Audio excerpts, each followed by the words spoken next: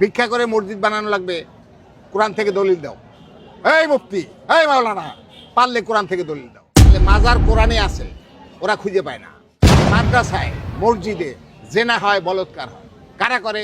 এই মুফতি মাওলানা নামের জালেমরা একত্র হয়ে মানুষের ইমান হারা করার জন্য বিভিন্ন রাস্তা ফন্দি ফিকির করে নিছে।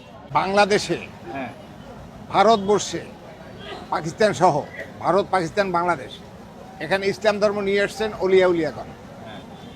ওনরা আসছে কারো 1200 বছর, কারো 1000 বছর। তো মহানবী সাল্লাল্লাহু আলাইহি ওয়াসাল্লাম সাহাবাও এই দেশে ইসলাম নিয়ে আসছে, কিন্তু তারা প্রভাব বিস্তার করতে পারেনি।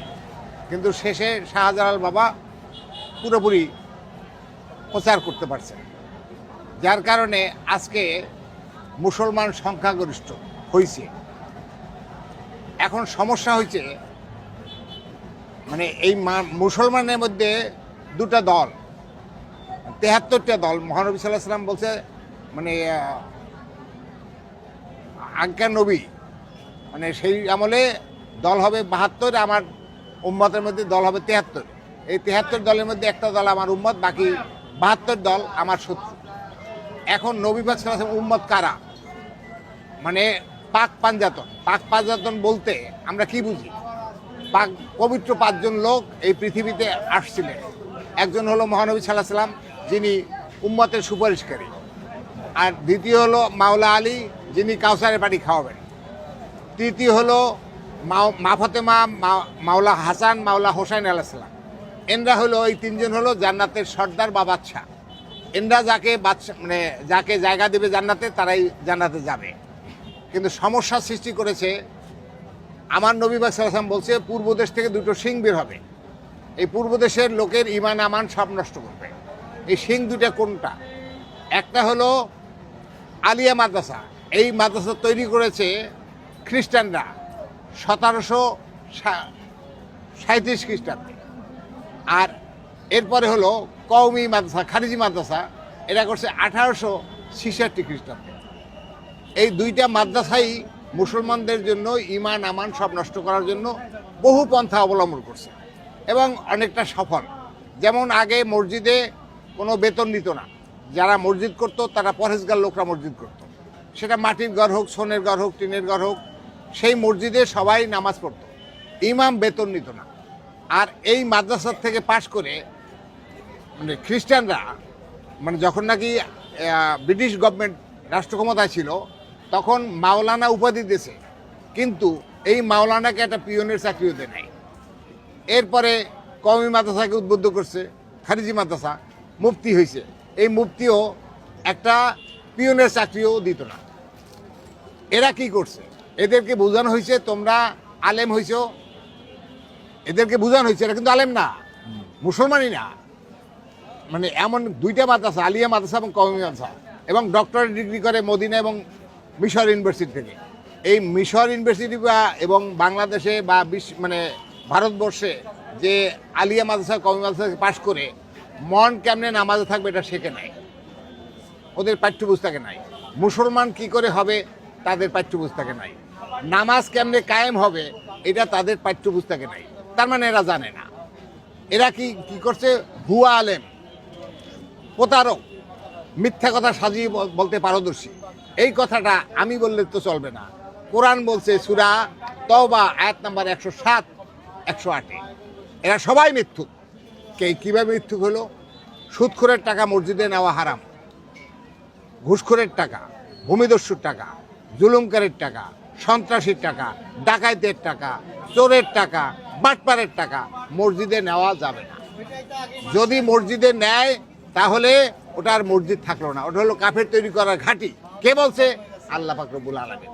সূরা তওবা আয়াত নাম্বার 107, 108। তাহলে 108-এ বলা হয়, মানে 107-এ বলা হয়েছে আর যারা মসজিদ নির্মাণ করেছে মানে কুফরি করার জন্য, মুমিনদের মধ্যে বিভেদ সৃষ্টি করার জন্য এবং ওই লোকের জন্য ঘাঁটি স্বরূপ, এবং তারা অবশ্যই শপথ করবে যে আমরা কেবল কল্যাণই চেয়েছি, পক্ষান্তরে আল্লাহ সাক্ষী তারা সবাই মৃত্যু। তার মানে এরা সবাই মৃত্যু। এখন পরের আয়াতে 8 নম্বরে বলছে তুমি কখনো সেখানে দাঁড়াবে না, ওই মসজিদে দাঁড়াইতে নিষেধ করছে। তাহলে আপনি ইবাদত করেন কেমনে, নামাজ পড়েন কেমনে? তারপরে বলা হয়েছে হ্যাঁ তবে যে মসজিদ নির্মাণ করা হয়েছে তাকওয়াপূর্ণ লোক, পরহেজগার লোক তৈরি করছে, সেই মসজিদে পবিত্র লোকরা থাকবে, ওই মসজিদে তোমার দাঁড়াবার স্থান, ওখানে ইবাদত করা যায় না।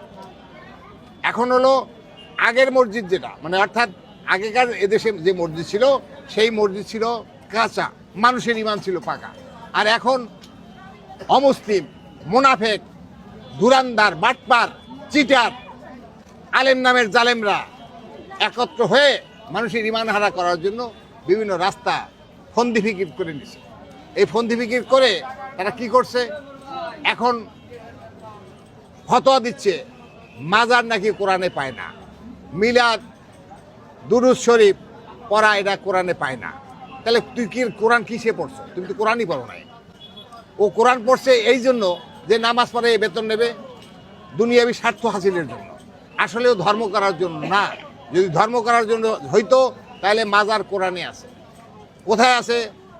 কোরআনের কোন আয়াতে? কথা বোঝা গেছে? এ সম্পর্কে বিস্তারিত আমরা একটা গ্রুপ, 6টা গ্রুপের মধ্যে এখানে আছে হলো আহলে বায়াত পাক পাঞ্জাতের অনুসারীবৃন্দ, 2 নম্বর হলো স্বনির্ভর আধ্যাত্মিক সংসদ, 3 নম্বর হলো বাংলাদেশ দরগা মাজার ঐক্য পরিষদ, 4 নম্বর হলো বিশ্ব সুফিবাদ ঐক্যবদ্ধ আহলে সুন্নাত ওয়াল জামাত, তারপরে আছে বাংলাদেশ তরিকত পরিষদ, এরপরে বিশ্ব ইনসানিয়াত বিপ্লব। এইটা 6টা সংস্থা।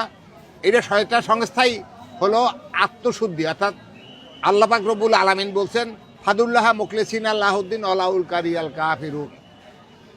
এর অর্থ কি? তুমি বা তোমরা মনকে দেহের অধীন করে আত্মশুদ্ধ হয়ে আমার ইবাদত করো, আমাকে ডাকো।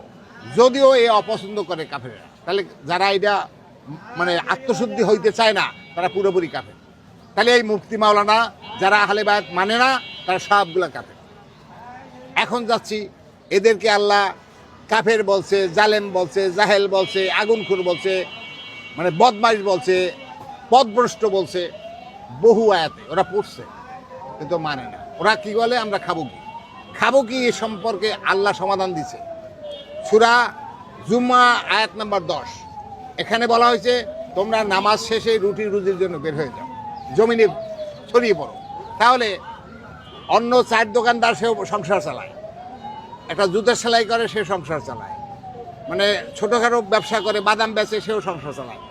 এরা কাজও করে, ওদিকে বেতন নেয়। বেতন দিলে যারা দেয় তারাও মুসলমান না, আর যারা নেয় তা তো মুসলমানই না। মানে এরা মুসলমান না, এরা হলো প্রতারক।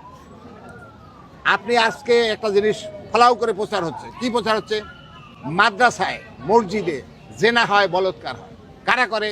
এই মুফতি মাওলানা। এরা আলেম তো নাই, জালেমের দল।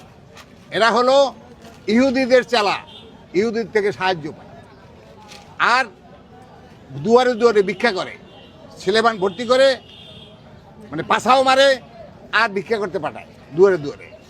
তাহলে এরা তো ভিক্ষাবৃত্তি ইসলাম ধর্ম সমর্থন করে না। ভিক্ষা করে মসজিদ বানানো লাগবে, কোরআন থেকে দলিল দাও। এই মুফতি, এই মাওলানা, পারলে কোরআন থেকে দলিল দাও। তুমি যে নামাজ পড়ে বেতন নাও, পারলে দলিল দাও। তুমি যে জেনা বলৎকার করো, এটা তোমাদের অধিকার, কোথায় পাইছো? দলিল দাও। তা আমরা এরকম 25টা দলিল চাইছি। কথা বোঝা গেছে? তাফসির মাহফিল করে টাকা নাও, দলিল দাও। কোথায় পাইছো? তোমাদেরকে আল্লাহ কাফের বলছে, জালেম বলছে, জাহেল বলছে, আর যারা তোমাদেরকে টাকা দেয় তারাও ইসলাম থেকে খারিজ হয়ে যায়। তাহলে মুসলমান এখন ওরা সবটা মানে বদমাইশের দলকে করতে পারছে। কিন্তু যারা তরিকতপন্থী, যারা আত্মশুদ্ধি হতে চায়, যে কেউ, অর্থাৎ আমার ভিতরে একটা নফসে আম্মারা দিছে, এই নফসে আম্মারাকে নফসে মুতমাইন্না যে করতে চায়, আত্মশুদ্ধ হয়ে নামাজ কায়েম করতে চায়, সেই দলটাকে এখন আক্রমণ করছে কি? মাজার। তাহলে মাজার কোরআনে আছে, ওরা খুঁজে পায় না। মিলাদ, আল্লাহর হাবিবকে বলছে আমি আমার ফেরেশতা মণ্ডলী সহ আল্লাহর হাবিবের দুরূদ পড়ি। হে ইমানদার বান্দাগণ, তোমরা অধিক পরিমাণ দুরূদ পড়ো। তার মানে আমরা যে মিলাদ পড়ি, মিলাদে কোনো নর্তকী নাচা হয় না। ওখানে মানুষ উজু করে পরিষ্কার পরিচ্ছন্ন হয়ে পবিত্র হয়ে যতটুকু সম্ভব পবিত্র হয়ে ওখানে প্রথম হলো কিছু কোরআন থেকে আলোচনা হয়, পরে জিকির আজগার হয়, পরে নবীর নামে দুরূদ শরীফ পড়া হয় এবং সমস্ত অলিয়া উলিয়াদের নামে মানে বকশিস করা হয়। তাহলে আমাদেরকে আগে প্রতিটা ঘর বাড়ির যখন উদ্বোধন হইতো আগে মিলাদ শরীফ পড়াইয়া তারপরে ঘর বাড়িটা উদ্বোধন করতো। এখন কি হচ্ছে? এখন বলছে মিলাদ পড়া বেদাত। ও তো জাউরা, ও যে জাউরা সেই কথাটা তো ও তো জানে না। ও কোরআনে পড়ছে জাউরা, কিন্তু জারদ যে ও, আল্লাহ বলছে সূরা কলম আয়াত নাম্বার 12-তে বলছে যারা আল্লাহর পথ থেকে ভালো পথ থেকে ঠেকাইয়ে রাখে। পরের আয়াতে 13 নম্বর বলা হয়েছে তারাই জানিম অর্থ জারদ সন্তান। এই জারদ সন্তানরা এখন জারদ, আল্লাহ যাকে জারদ বলছে তো মুসলমান না, আল্লাহ যাকে কাফের বলছে, জালেম বলছে, জাহেল বলছে সে তো মুসলমান না, এরা জারদ।